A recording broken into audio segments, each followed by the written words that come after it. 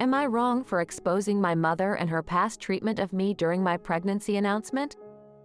Growing up, I always thought my mom had the best intentions for me. She was a striking woman who had once dreamt of strutting down runways and gracing magazine covers. Unfortunately, life had other plans, and instead of becoming a model, she became a mother. She had me. From a young age, my mom watched my every bite. Food, which should have been a source of nourishment and pleasure, became my enemy.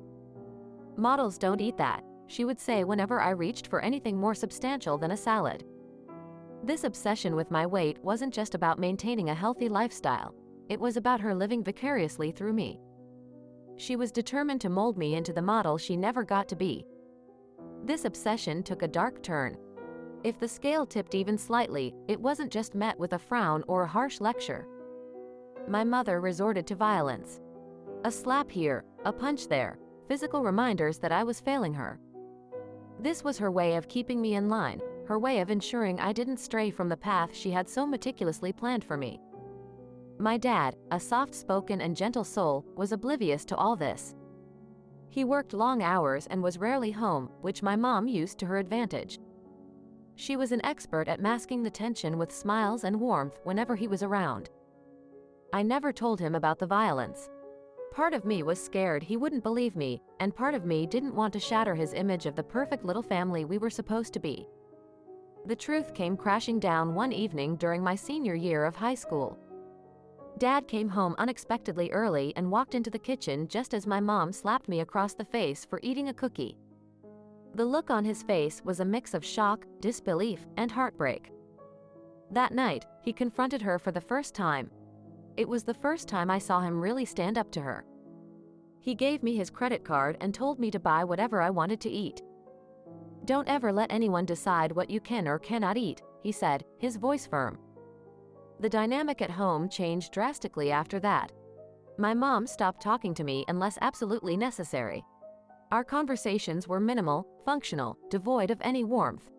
Dad tried to make up for it by being more present, but the damage was done. College was my escape. It was my chance to start fresh, away from my mom's controlling ways. I learned to enjoy food again and made peace with my body. But the scars, both physical and emotional, remained. After graduation, I returned home, hoping to rebuild some sort of relationship with my parents. My mom hadn't changed. Within a few hours of my arrival, she commented on my weight, her words dripping with disapproval. It was clear she still held on to her distorted dreams for me. Wanting to mend things, I suggested family therapy. It was a battle to get her to agree, but she eventually did. Therapy helped, at least for a while. My mom started to soften, to understand how her behavior had affected me. But it didn't last. Old habits are hard to break, and old dreams even harder. Years later, I met Mark. He was kind, loving, and saw me for who I was, not what I weighed. We got married, surrounded by friends and family who supported us. When I found out I was pregnant, we were overjoyed.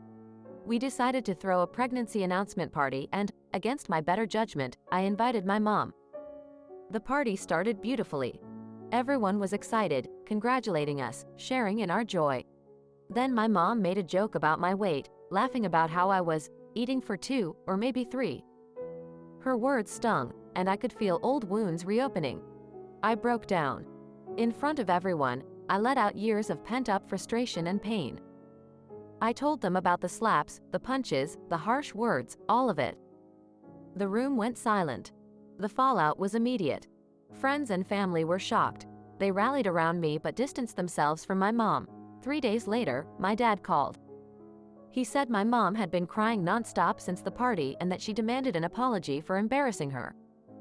I was torn. Part of me felt guilty for causing her pain, but another part felt relief for finally speaking out.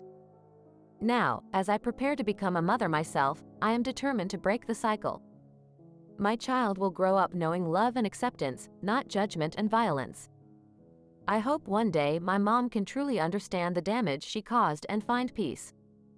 But until then, I focus on building a healthy, happy family with Mark, a family built on love, not dreams deferred. This tale of unfulfilled ambitions and harsh realities serves as a reminder that the past does not have to define the future, and that breaking free is not just possible, it's necessary.